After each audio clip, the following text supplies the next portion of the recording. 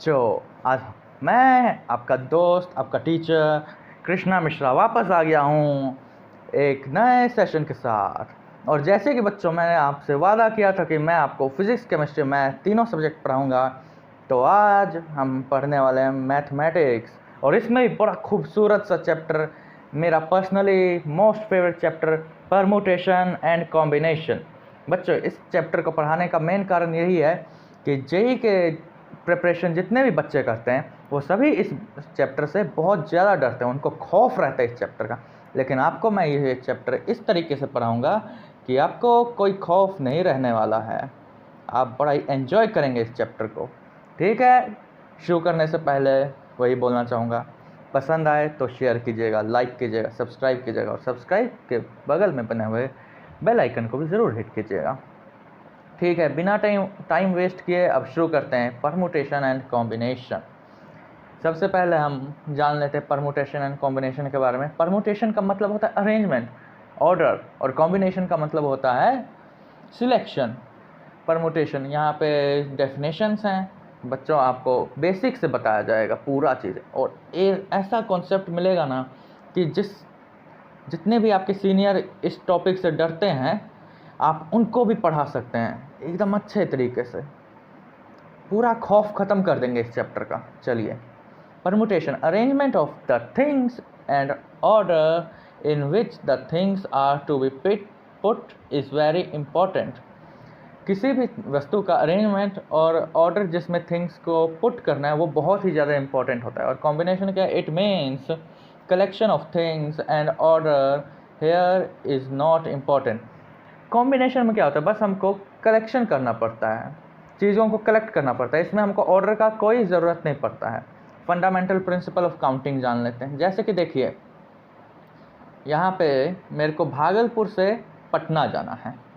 भागलपुर जानते हैं ना, आप लोग जानते होंगे, भागलपुर से हमको पटना जाना है, लेकिन बीच में हमको क्यूल से होते हुए जाना पड़ेगा पटना।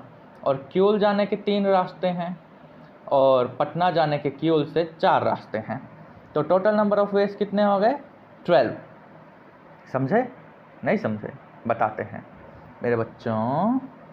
जब क्या कहते हैं, हम लोगों को भागलपुर से जाना पड़ेगा पटना, तो बीच में क्यूल आता है, और क्यूल जाने के हमारे पास 3 रास्ते हैं। वहाँ से हमारे पास 3 रास्ते हैं मतलब, लेकिन अभी तक हमारा काम ख़त्म नहीं हुआ है। We have to first go Bhagalpur, from Bhagalpur we have first go to Kiul and then to Patna.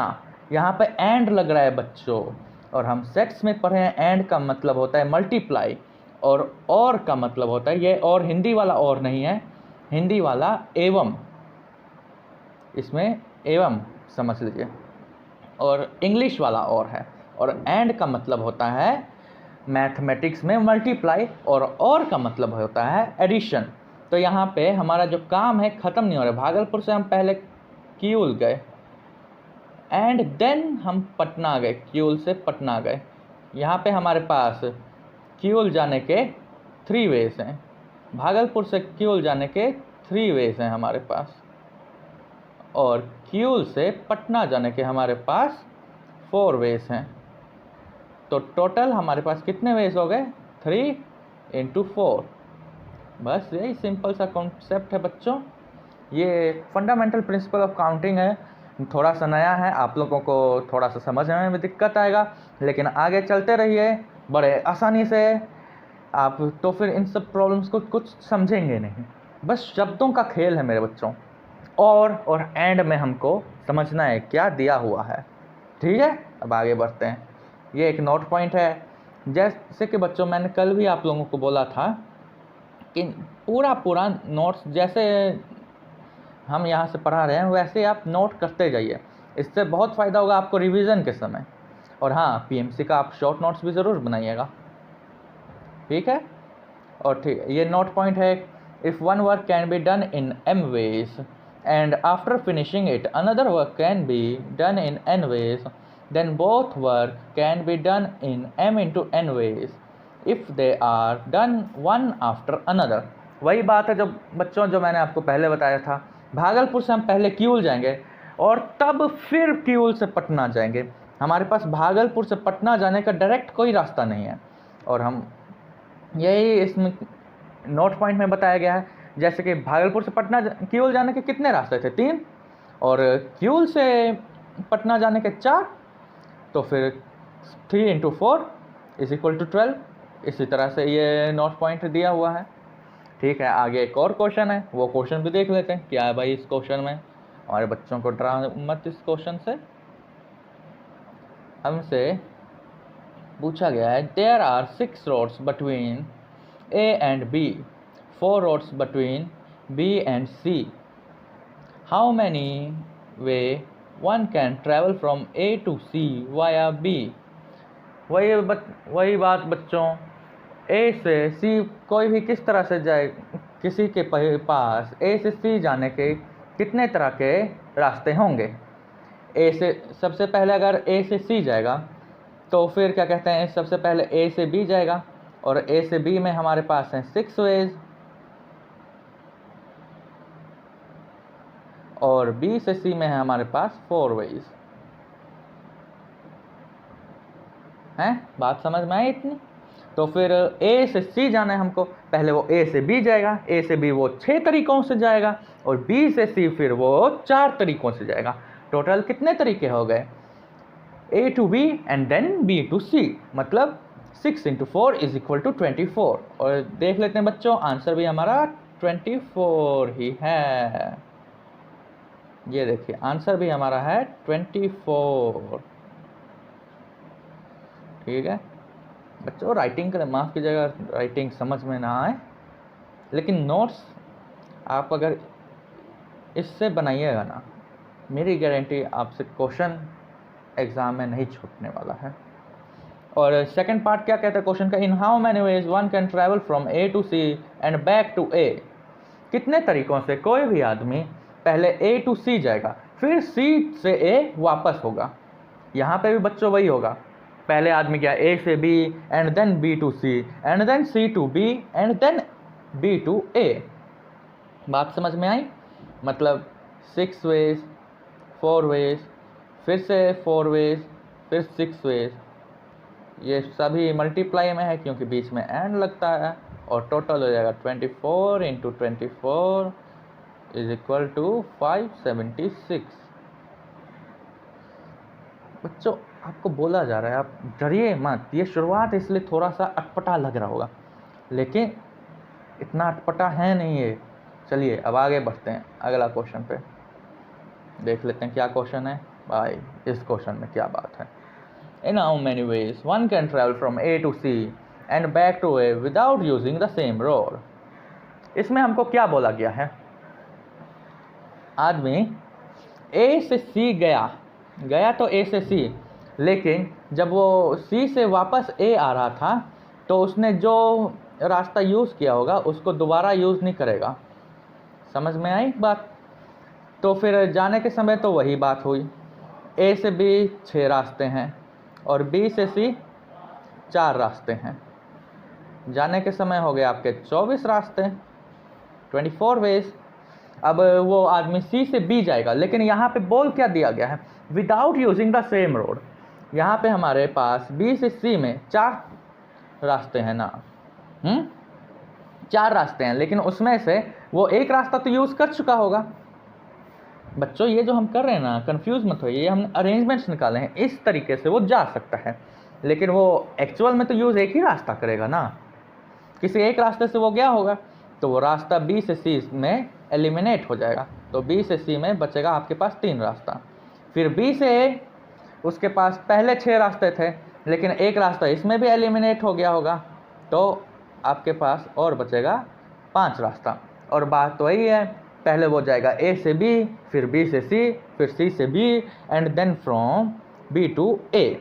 तो फिर ये भी पूरा मल्टीप्लिकेशन में जाएगा और आपका आंसर आ जाएगा 24 × 15 = 360 आंसर। चलिए अब आगे बढ़े, समझ में आई इतनी बात? आ जानी चाहिए, आप लोग समझदार हैं। चलिए आगे बढ़ते हैं टाइप 2 पे। टाइप 2 क्या कह रहा है, इसको एक प्रॉब्लम से समझते हैं। बच्चों मैथ को समझने का सबसे बढ़िया तरीका होता है प्रॉब्लम कीजिए, क्योंकि आप लोग जितना प्रॉब्लम करेंगे उतना ज़्यादा आपको कॉन्सेप्ट क्लियर होने वाला है। नंबर ऑफ, यहाँ पे टाइप 2 में है क्या, number of veg a person can watch a movie. जैसे कि आप लोग मल्टीप्लेक्स या सिनेमा हॉल तो गए ही होंगे ना, उधर इस तरह से एक वॉल पे स्क्रीन लगा रहता है, यहाँ पे 5 दीवारें हैं इस तरह से, और इसमें पूछा E1, ये गेट्स हैं बच्चों, E1, E2, E3, E4 and E5। ठीक है बच्चों, E5 तक है यहाँ पे। अब हमसे पूछा गया है कोई भी आदमी यहाँ से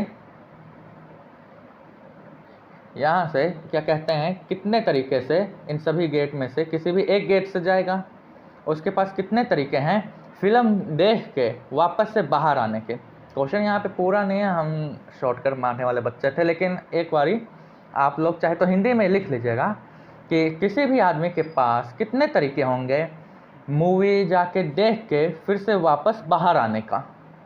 तो फिर चलिए शुरू करते हैं। पहले आदमी क्या कहते हैं, गया होगा, उसके पास 5 चॉइस हैं। ठीक है बच्चों, उसके पास 5 चॉइस हैं, वो 5 चॉइस से अंदर गया होगा, मूवी देखा, एंड देन उसने एग्ज़िट करने के लिए भी 5 चॉइस उसके पास पड़ी हुई थी। तो फिर 5 × 5 हो गया, टोटल उसके पास 25 वेज हैं। बड़ा इजी सा क्वेश्चन था। थोड़ा सा क्वेश्चन को बढ़िया बनाए बच्चों, थोड़ा सा ही बनेगा, ज़्यादा बढ़िया नहीं बनेगा।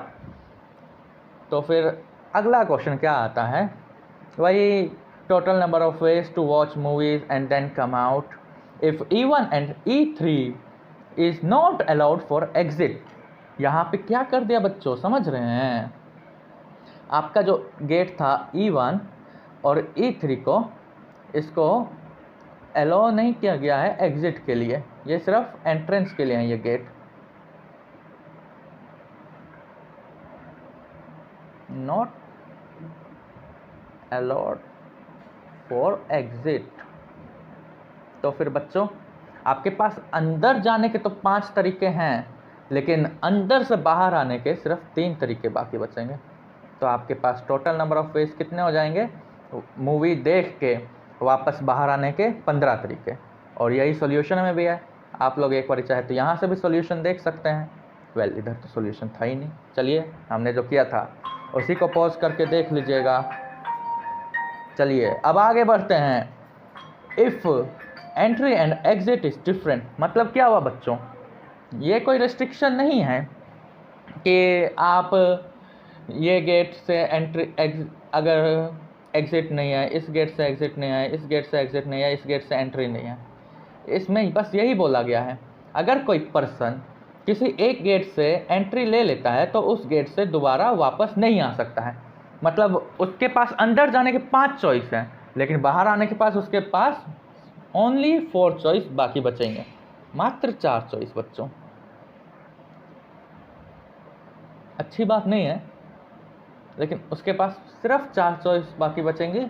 मतलब क्या हुआ, आप अंदर जाएंगे 5 तरीकों से, बाहर आएंगे 4 तरीकों से, आपके पास टोटल आ जाएंगे 20 वेज। ठीक है मेरे बच्चों, अब आगे बढ़ते हैं एडिशन प्रिंसिपल के साथ। इसको यहीं पे एंड करेंगे आज, क्योंकि मैंने पहले ही बोला था ज़्यादा पढ़ाएंगे आप लोग बोर होने लग जाएंगे। इसको पढ़ाने के बाद एक नोट पॉइंट देख लीजिएगा चाहे तो, नोट पॉइंट थोड़ा सा ही है, ज़्यादा बड़ा नहीं है। या चलिए एडिशन प्रिंसिपल ही देख लेते हैं। हाँ, एडिशन प्रिंसिपल तक देख लेते हैं। Addition principle, if an operation can be performed in m different ways or another operation can be performed in n different ways, then either of these two operations can be performed in m plus n ways provided only one has to be done। मतलब क्या कहा गया बच्चों, अगर कोई operation है उसको किया जा रहा है m डिफरेंट वेज में, और दूसरा ऑपरेशन है जिसको किया जा रहा है n डिफरेंट वेज में, तो फिर then either of these two operation can be perform, मतलब कि इनमें से कोई भी एक अगर परफॉर्म किया जा सकता है तो आपके पास total number of m+n ways होंगे किसी भी वर्क को करने के। Provided only one has to be done, यहाँ ब्रैकेट में भी दे दिया गया है, अगर आपको दिया हो कि कोई भी एक तरीके से आप काम को कर सकते हैं तो आपके पास m+n वेज होंगे उस काम को करने के। जैसे कि क्वेश्चन देख लीजिए, एक बिल्डिंग है उसमें 15 2 बेडरूम फ्लैट हैं, और एक बिल्डिंग में 10 2 बेडरूम फ्लैट हैं, और एक बिल्डिंग में 8 2 बेडरूम फ्लैट हैं। टोटल आपके पास कितनी चॉइस होंगी?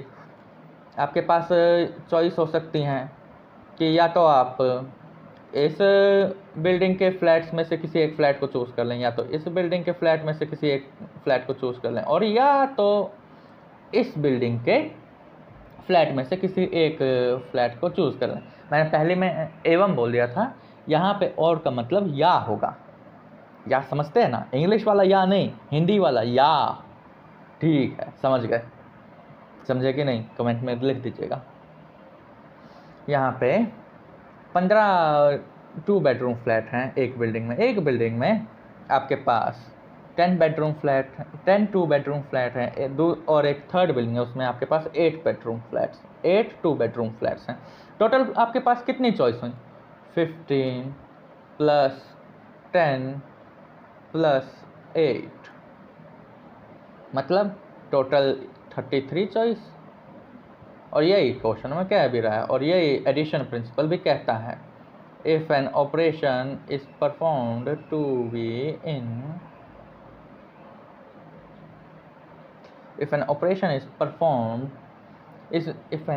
can be performed in m different ways, or another can be performed in n different ways, then either of these two operations can be performed in m+n ways, provided only one has to be done। यही definition कह रहा है, और यही question भी इसी तरीके से हमने सॉल्व किया है। यहाँ पे नोट में क्या दिया हो गया, और जिस भी प्रोसेस में और लग जाए उसमें एडिशन का हम मैथ यूज़ करेंगे। ठीक है, तो फिर आपके पास एक और क्वेश्चन है, चलिए इसको भी कर ही लेते हैं। आपके पास 2 फिज़िक्स और 3 मैथ्स बुक है, आपको चूज़ करना है, आपको नंबर ऑफ वेज पता करने हैं, आप कितने तरह की बुक्स चूज़ कर सकते हैं। यहाँ पे आपके पास 2 फिज़िक्स है, you can choose 2 physics and 0 math, और you can choose either 2 physics and 3 maths. इसके हिसाब से आपके पास हो जाएंगे 2 × 3 वेज, 2 × 3 = 6 वेज। या तो आप देख लीजिए, एक फिज़िक्स एक मैथ, इस तरह से केस बनेंगे बच्चों इसमें, 2 फिज़िक्स 1 मैथ, या 0 फिज़िक्स 2 मैथ, 0 फिज़िक्स 3 मैथ, और 2 फिज़िक्स और 3 मैथ। ये हो गया 2 × 3 = 6 वेज। चलिए बच्चों, आज यहीं पे एंड करते हैं। लेक्चर को ज़्यादा बड़ा करेंगे तो आप लोग बोर होने लग जाएंगे। ठीक है, अब आराम कीजिए, मस्ती से पढ़िए, और चैनल को लाइक, सब्सक्राइब, शेयर